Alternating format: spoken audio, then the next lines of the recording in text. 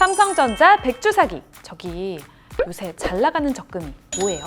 요즘 서울대 한 교수의 삼전적금 투자법이 화제입니다. 삼전적금이란 마치 은행에 적금하듯 매달 삼성전자 주식을 모으는 것을 말하는데요. 그는 지난 2019년 5월부터 현재까지 한 달도 빼놓지 않고 삼성전자 주식을 매달 100주씩 사기 시작했고 2020년 3월 팬데믹 사태로 삼성전자 주가가 약세였을 때는 매달 100에서 200주씩 더 사모았다고 합니다. 그렇다면 지금까지의 투자 성과는 어땠을까요? 매달 말일 날짜로 삼성전자 주식을 100주씩 매입한 것으로 가정하고 현재까지의 투자 성과를 추정해보면 평균 매수 단가는 약 6만 1,500원, 총 매수 금액은 2억 3,383만 원입니다. 평가 수익과 배당 수익을 합친 현재 계좌의 평가액은 약 3억 910만 원으로 추정되는데요. 수익률은 무려 32.2%에 달합니다. 다만 한국 증시는 수출 영향력이 굉장히 커서 증시 변동폭이 크다는 특징이 있는데요. 한 전문가는 삼성전자도 2000년 이후에 2번이나 침체기를 보낸 적이 있다면서 적립식 투자를 하려면 투자 지역을 미국 등 선진국으로 분산하고 미국 국채와 같은 달러 자산 투자 비중도 늘리라고 권하기도 했습니다. 역시 리스크 대비에는 분산 투자가 정답인 것 같네요.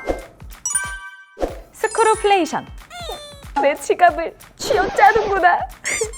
임금보다 물가가 더 빨리 올라 살림살이가 팍팍해지는 스크루플레이션의 그림자가 드리우고 있습니다. 스크루플레이션은 쥐어짜다라는 뜻의 스크루와 물가 상승을 뜻하는 인플레이션을 합친 말로 지난 글로벌 금융위기 때 등장한 용어인데요. 당시 높은 물가 때문에 중산층 이하의 계층이 고통을 받았던 것처럼 지금도 높은 가계부채와 주거비용에 물가와 금리까지 오르면서 중산층과 서민층의 삶이 팍팍해지고 있다는 거죠. 그만큼 현재 미국의 상황은 금융위기 때와 유사한 점이 많다는데요. 물가 상승이 임금 상승을 앞지르면서 실질 임금은 깎였습니다. 특히 석유, 자동차, 식료품 등 중산층 살림살이에 영향을 미치는 물가가 크게 올랐습니다. 뿐만 아니라 영국, 독일, 프랑스, 이탈리아 등 유럽 국가들도 사정은 마찬가지여서 치솟는 물가에 골머리를 앓고 있습니다. 그나마 조금 낫다는 우리나라도 안심할 순 없는데요. 전문가들은 치솟은 유가 등으로 생산 비용도 계속 올라가는 데다 국내 유동성 공급이 많아진 상태에서 추경이 이뤄질 경우 물가가 더 뛰어오를 우려도 제기하고 있습니다. 하루빨리 우리 주머니 사정이 편안해질 날이 왔으면 좋겠네요.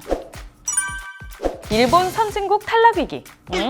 일본이 선진국에서 탈락할 거라고요? 일본의 소득 수준이 선진국 평균은 물론 한국에도 뒤진다는 통계가 잇따라 나오는 가운데 대장성 관료 출신인 노구치 명예교수는 일본이 선진국 탈락을 눈앞에 두고 있다고 진단했는데요. 2030년쯤에는 일본의 1인당 GDP가 OECD 평균의 절반 정도까지 떨어져서 어떤 기준을 적용해도 선진국이라고 말할 수 없을 것이라고 지적했습니다. 한편 일본의 유력 주간지는 일본의 구매력, 증시, 성장률이 모두 떨어지며 일본이 몰락하고 있다고 경고하기도 했는데요. 게다가 일본 경제연구센터는 2028년에는 한국의 1인당 GDP가 일본을 처음 넘어설 것이라고 예상하면서 평균 임금도 한국이 이미 따라잡은 데다 삼성전자가 일본 토요타보다 세계 시가총액 순위도 앞서 있다는 점에서 G7 회원국이 일본에서 한국으로 바뀔 가능성까지 제기했습니다. 이처럼 일본의 불황이 장기화되면서 일본 내에서까지 자국의 선진국 탈락을 우려하는 목소리가 커지고 있는데요. 일본의 경제가 앞으로 어떻게 흘러갈지 더 면밀히 지켜봐야겠습니다. 지금까지 1월 넷째 주 이뉴스 머니였습니다. 행복한 설 연휴 보내시고요. 우리는 2월에 다시 만나요.